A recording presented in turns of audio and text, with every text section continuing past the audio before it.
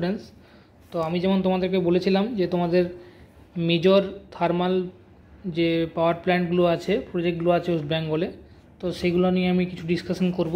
তো আজকে আমি তোমাদের এই ভিডিওর মাধ্যমে ওয়েস্ট বেঙ্গলে যে মেজর থার্মাল পাওয়ার প্ল্যান্টগুলো আছে সেইগুলো সম্পর্কে ডিসকাশন করব। সেটা কোথায় অবস্থিত, কোন নদীর উপর অবস্থিত এবং সেখান থেকে কত ক্যাপাসিটি আমরা বিদ্যুৎ উৎপাদন করতে পারি। তো এই ছোটোখাটো ডিসকাশনগুলো আমরা করে রাখবো, এগুলো আমাদের জানা দরকার। কেন কি আমাদের যে ডিপার্টমেন্টের মধ্যে পোস্টিং হতে চলেছে সেখানেও কিন্তু অনেক পোস্ট থাকে, তো সেই জন্য আমাদের এই পোস্টগুলোতেও আমাদের জানা দরকার। এগুলো আমাদের নিয়ারেস্ট লোকেশনের মধ্যেও থাকতে পারে।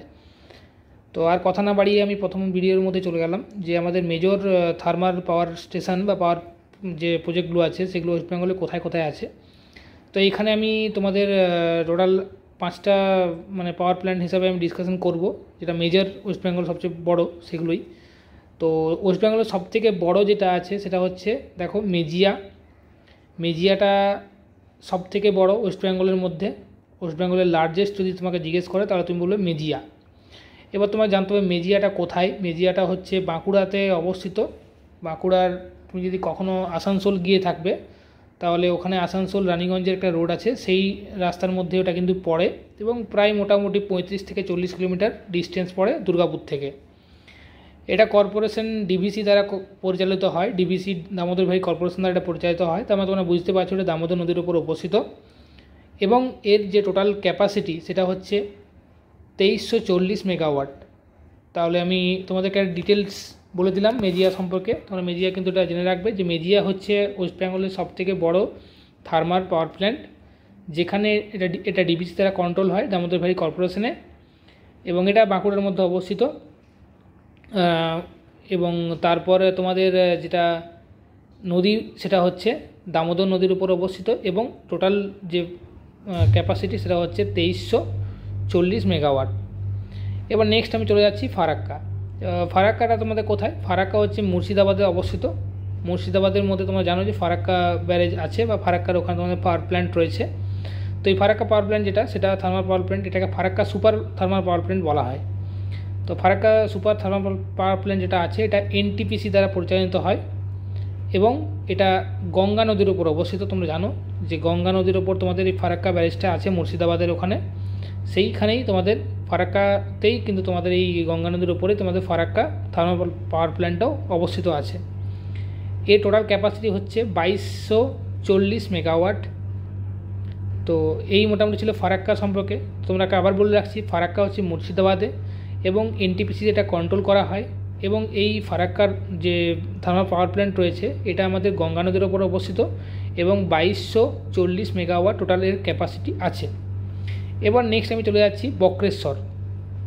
তো বক্রেশ্বর এটা অবস্থিত হচ্ছে বীরভূম জেলার মধ্যে। এটা কোন নদীর ওপর অবস্থিত? সেটা হচ্ছে ময়ূরাক্ষী নদী। এটা যেটা এজেন্সি দ্বারা কন্ট্রোল হয় বা সংস্থা দ্বারা কন্ট্রোল হয় সেটা হচ্ছে WBPDCL। তো WBPDCL দ্বারা এটা কন্ট্রোল করা হয় এবং এখানে টোটাল যে তোমার বিদ্যুতের যে মানে উৎপাদন সেটা হচ্ছে 1050 মেগাওয়াট। তো এবারে তোমাকে আমি আবার বলে রাখছি যে বক্রেশ্বর হচ্ছে তোমাদের বীরভূমে। বক্রেশ্বরের যে থার্মাল পাওয়ার প্ল্যান্ট সেটা হচ্ছে বীরভূমে এবং ময়ূরাক্ষী নদীর উপর অবস্থিত।